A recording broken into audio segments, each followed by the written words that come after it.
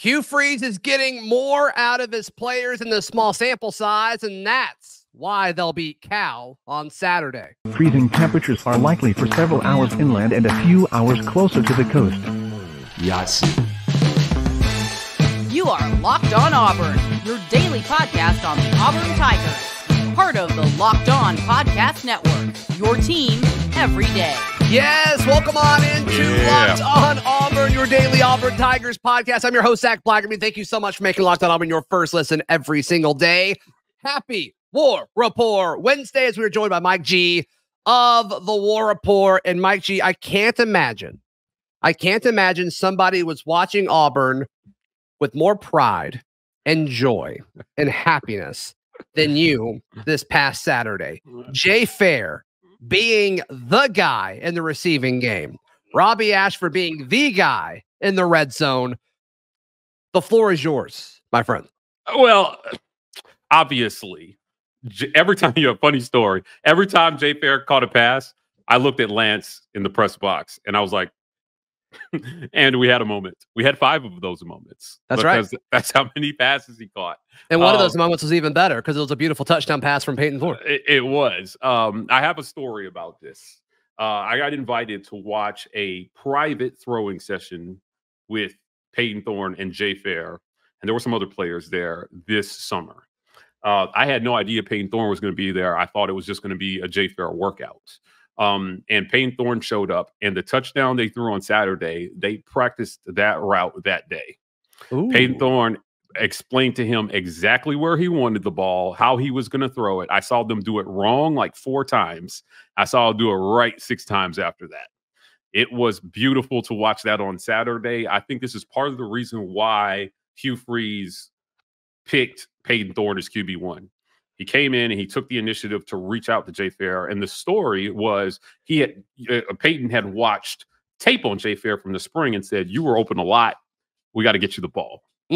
These guys have learned how to work with each other early. It paid in spades on Saturday. So Peyton Thorne to Jay Fair might be a regular occurrence as this quarterback improves, moving forward. Yeah, 6 targets to Jay Fair. I believe he caught 5 of them. Is that what you said? And then 7 targets. 7 targets, I believe. Was it 7? Okay, and then it was 6 targets to Hooks, and he only caught 2 of them. I expect that number to go up.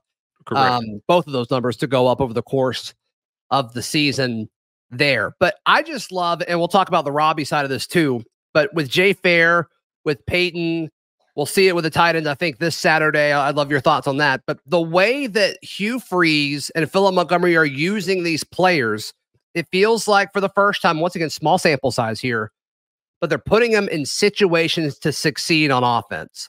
I don't know if we've really had that outside of the running back position at Auburn in several years.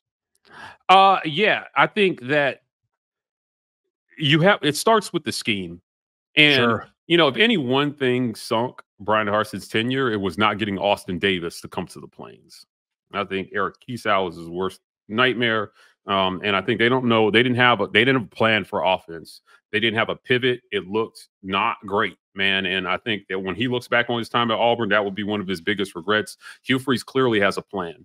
And they felt like that the strength that they had or an advantage that they had going into the season, Zach, was that nobody was going to know what this was going to look like. And after week 1, I still think nobody knows what this is going to look like. And that's exactly what he wanted. He wanted to line up and man for man beat UMass down. Yeah, that's exactly what they did. That's exactly what they did. And it was refreshing because we've tried that in the past, right? And I mean, of course, there's been blowouts recently for Auburn, but it just looks so easy. They didn't have to do anything. They didn't have to be cute or anything like that. They just lined up and beat who they were supposed to beat. And that's what Auburn should do to UMass every single time. I want to hear your thoughts on Red Zone Robbie, the Robbie Ashford package in the red zone. Did you have more to add to that, or you just want to jump straight into that? Nope, okay. I'm just teeing you up. I don't want to steer you either direction. I want you to preach for a second. Look, Hugh Freeze this summer told everyone you can play 2 quarterbacks. People were asking him this question, and we had questions about whether that meant there would be a 2 QB system. Well, some folks thought it was coach speak to keep Robbie engaged. After Thorne was announced the starter, one thing I've learned about Hugh Freeze, and I've been saying about him all summer, is that he doesn't do a lot of coach speak, man. He either tells you what he's thinking or he says no comment. Yeah, sure. Yeah, I don't think there's a lot of in between with him. Yeah, so he'll be asked a question. He'll be like, well, and like you can tell he's thinking for like 3 or 4 seconds. Then he'll answer. It's like, oh, wow. Okay, great. Thanks. Right. So, what we should take away from Saturday is, first of all, start taking the coach's word, man. He said Robbie Ashford can help this team. Now, I had tweeted out something everybody got they got their panties in a wad, Zac, about, Hugh Freeze saying that Robbie Ashford is different. He's a different athlete and he can help. And I think you saw that on Saturday with a competent offensive line. Yes. And a running quarterback like that. You make the defense play you 11 on 11, and that leaves your quarterback on, like Robbie, on against somebody. And I'm taking Robbie almost every single time to make a move and make somebody miss and get 5-10 yards up the field. So Hugh Freeze got Robbie in those situations. I don't think that they had to show any of their real red zone offense on Saturday. I think no, but and they did enough to say, hey, Cal, spend time looking at this. Now guess what we could do out of this situation, which is incredible. As far as the defensive side, I'm a little concerned about the defense, specifically this weekend when they head to Cal. The pass rush was there, which was great. I'm wondering if it was scheme, if it was personnel, or if it was UMass, or I guess some combination of the three. I think without Jalen McLeod, I think it's a bit concerning. We'll see if he plays on Saturday. But I just, I don't feel good about it. And it's specifically because that first drive that UMass did all the way down the field, and then Pumachan was hurt. And so, I still don't think we've really learned anything about this defense other than Ron Roberts really will send anybody on a blitz, which is incredible. Yeah, look, run defense was a concern coming in. And I still think it's a concern. So they're going to have to go back to the tape and you figure some things out. If you believe the old adage about the biggest improvement coming between game 1 and game 2, I know Lou Holtz, you say it all the time, then we should see a big jump here from 1 to 2 and how they perform in the run game.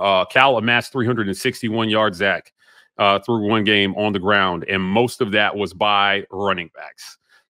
So I believe they're going to try to run the ball. They're going to try to keep the ball out of harm's way. Now, their quarterback played a little better, I think, than most people anticipated. So it's not like Auburn can ignore that completely. But when you're on the road, anything can happen. Sure. And during the press conference on Monday, there was a question asked about how do you prepare for this game on the West Coast? Hugh Freeze said, I'd rather play an East Coast team because of all these things that we got to deal with. It was presented like, are you guys going to try to adjust your sleep cycle to West Coast time before you get out there? And you're going to have some different types of challenges. You can't take anything for granted. This is a game that Auburn should win. But if they don't win, it will be because they weren't prepared. Sure. I think that's the only way Auburn loses this game is if they're not prepared and they can't execute. But Hugh Freeze has proven, I think, that he can get his team prepared and get enough execution out of them to beat an opponent that they should dominate. Yeah, let's talk more specifically about some of the things I think Cal's going to do, Mike, and why we think Auburn could potentially match up well with them. All that's coming up next on Locked On Auburn. Today's show brought to you by our friends at eBay Motors. Seeing a lot of eBay Motors advertising during football games too, which is cool. But for a championship team, it's all about making sure every player is a perfect fit. It's no different with your automobile, your vehicle. Every part needs to fit just right.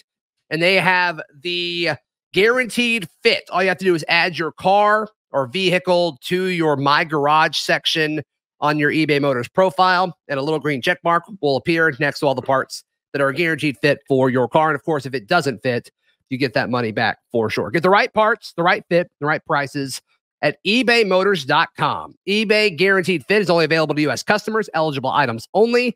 Exclusions apply. Auburn family, let's ride. Mike G, our guest on this War Rapport Wednesday.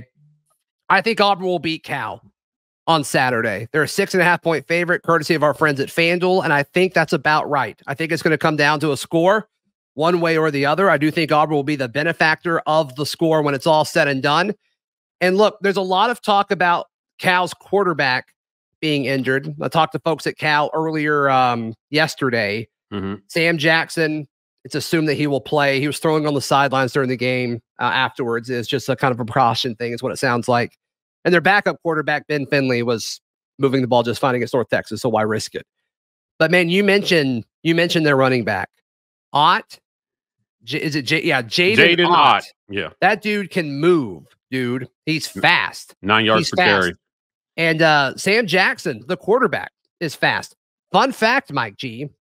Sam Jackson, Cal's quarterback, was the wide receiver for Peyton Thorne in high school. And then when Peyton Thorne went to Michigan State and graduated, they moved him from wide receiver to quarterback. And then he went to TCU for 2 years and then transferred to Cal. So small world, they're meeting together again, which is kind of cool. But he's fast. There's so much speed on this Cal offense.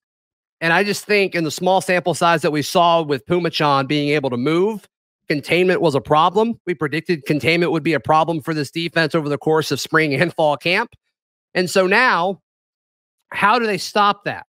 And I don't know if that answer is going to be answered until maybe the third or fourth quarter, is if they're going to be able to do it or not. I think it's going to have to take some adjustments in game unless they craft a really special game plan. I think this is going to be a big concern. I think there's going to be a lot of points Saturday night. Yeah, I think that's possible. I'm giving Auburn's defense a little bit more credit on this game 1 to game 2 adjustment. Perfect. The adjustment that you may think is coming later in the game, I think is coming earlier in the game. I think you'll see a focused effort to make Cal throw the ball. Yeah. I think they will sell out against the run. And I think they're going to try to force this quarterback to beat them with his arm. And I think they can be successful at that. So what do you think forcing them to run looks like? Do you think that means more bigger guys? Like we've seen and been told like that they'll put 2 jacks on the field against run heavy teams. If that's something that they want to do, I wonder, one, if McLeod's availability impacts that. Right. And then 2, like, do we see 2 jacks on the field? Like, do you see an Elijah McAllister and a Jalen McLeod, or an Elijah McAllister and a Steven Sings on the field at the same time? That would be really, really fun to see. Yeah, I've heard that's a possibility, but I think we see 8 in the box, Zach. I think we see 8 in the box, and I think that you let your the DBs, we've talked about them being the strength of this room.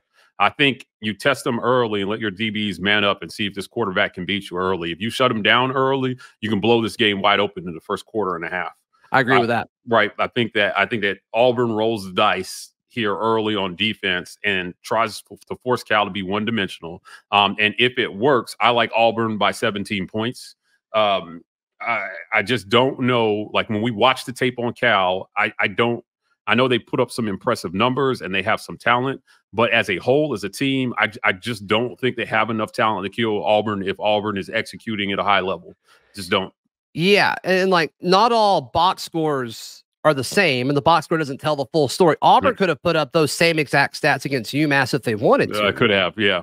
They just did it. And also they had a pick 6 that took away an offensive drive, and they had a punt return that almost scored, and so that took away all the yards from another offensive drive. So, correct. I mean, context matters in all of these things. North Texas, I believe, is a better team than UMass, and Cal went on the road. But when you stack these 2 rosters next to each other, I believe Auburn's the better team. Yeah, I believe Auburn's the better team by a long shot. Honestly, there's a perception about this team that carried over from last year that the record 5-7 was indicative of the talent. It's not there. Look at a lot of the guys that are shining as stars on Saturday. Right, there are guys who are already on this team. Yeah, it was talent that was already on this squad. Well, I just think that the system helps them so much. Right. The understanding of assignments. Every player talked about how Hugh Freeze came in and simplified what they're doing. And now they're able to play fast and play without thinking and play more instinctively. That's going to pay dividends. I can't wait to see what scheme they have. I know they're going to try to keep it basic if they can against Cal. It's a non-SEC game. It's a non-conference opponent. Ultimately has no bearing on whether you win the West or not. But I think it does. I think it does as far as how you develop as a team. Sure. I think this game's really important. Well, yeah. I mean, and even if you lose it, right, you're going to learn something about your team on Saturday. So you don't have to win it to benefit from it. You can. It's like in 2012, and I'm not comparing this team to 2012, but like that team almost beat Clemson right in the opener. And I just 3-9. Yeah, and it's just like I feel like if they held on and would have won that game, I think the team develops differently. Like I think these early season wins, especially on the road, I think they matter. I think they really develop, how you could possibly develop as a team. But there's just a few guys that I see Cal having a hard time dealing with. Any of the running backs. I think Shane Hooks he's gonna moss somebody. I said that last week. I still stand true to that. I think he's going to have more targets go his way this week. I think Jay Fair and Javarius Johnson are going to be a problem for these guys. I really do. The way they were used in the offense against UMass, I think Cal is going to have a hard time. I mean, they struggled stopping the pass early against North Texas, and they just eventually wore them down and kept scoring, and they couldn't keep up with them. But this isn't a good Cal team. I still don't think this team's that good. They're better than UMass. They're a Power 5 team. Don't get me wrong, but there's 60 something Power 5 teams. Are they top? Are they a top half P5 team? Yeah, I don't know. I think Peyton Thorne eats in this one personally. I do too, man. I think Peyton Thorne eats. They don't play pass defense in the pack. Period. They don't. Right. Like, I mean, it doesn't exist, man. I mean, when you watch the tape, it's almost like the DBs aren't even on the field. 8 quarterbacks in that conference. Zach passed for 3,000 or more yards. 8 last year, right? And then if you look this for opening weekend, look at how many quarterbacks threw for like 300 or more yards in week 1. It's ridiculous. It's just the West Coast football is whack for the most part. There are a few good teams out there, but for the most part, they don't play defense. They don't play at a high level. And I think that Auburn is going to play that defense at a high level. So I don't think their quarterback does that great, which is why I think if you're Hugh Freeze, you force them weakness on strength, right? Our DBs are our strength, and your passing game, you don't know what's your weakness yet because you haven't played anybody that can play past either way Auburn's going to play it against you. So that's what I see happening. And I've seen so many people talk about how Auburn doesn't know what they have on their roster. Well, Cal has more dudes on their roster that weren't here 365 days ago. They've got like 47, I think is what my Cal contact said, 37 new people. And they're still going through stuff as well. They just chose to use that opportunity to absolutely blitz their week 1 opponent.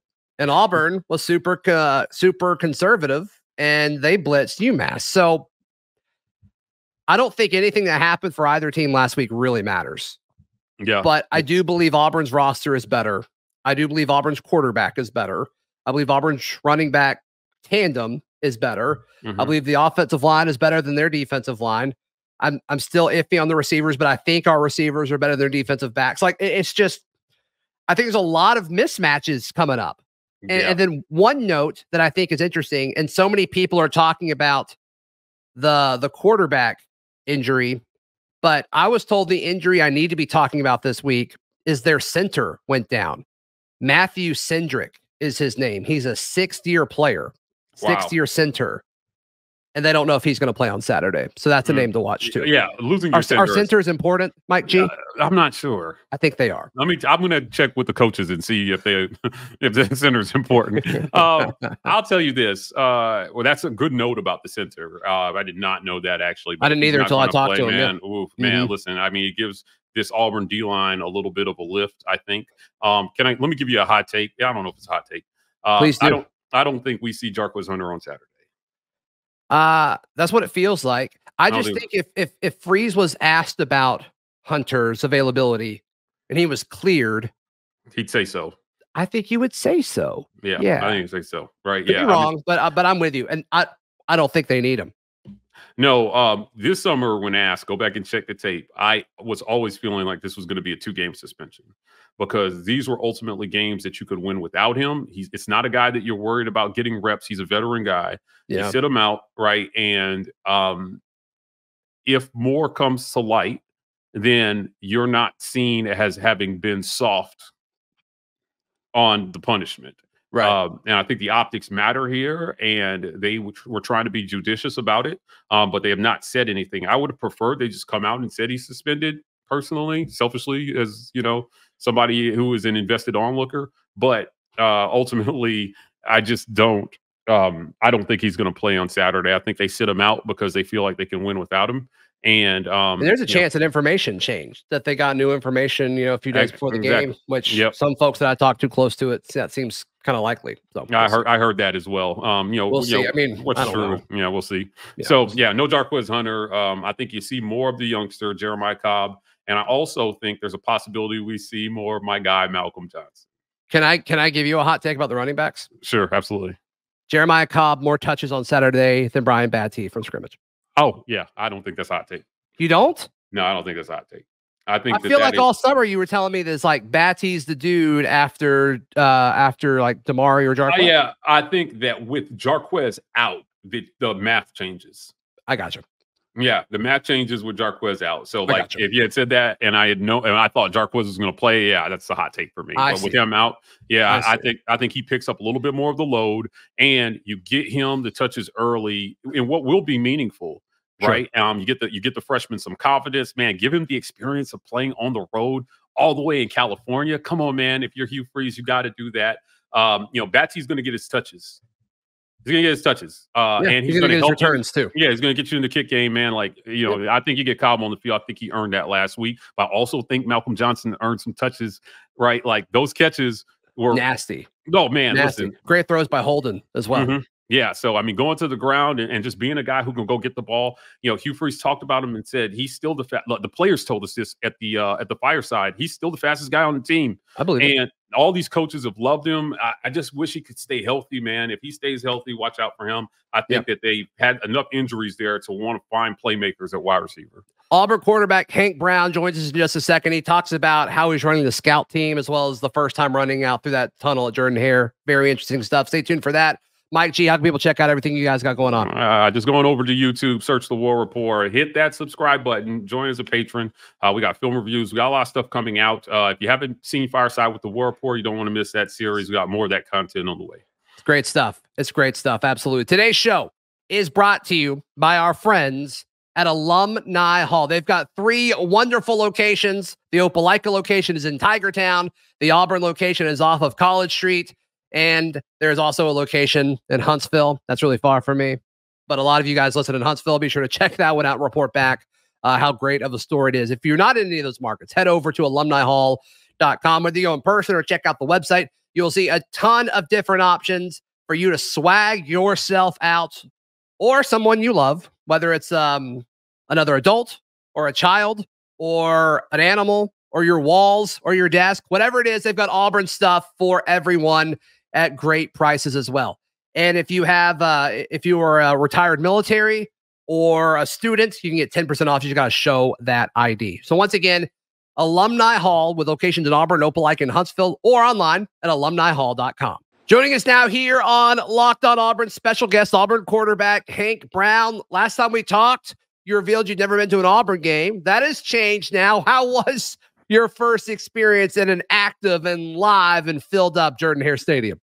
Man, it was truly unexplainable. It was surreal. And, one of the biggest things, obviously, that most people could see was just the fans were just incredible. Like the amount of people that showed up and were supporting of our team, and, the hope that you could feel around the stadium was just different. And it was awesome to be able to,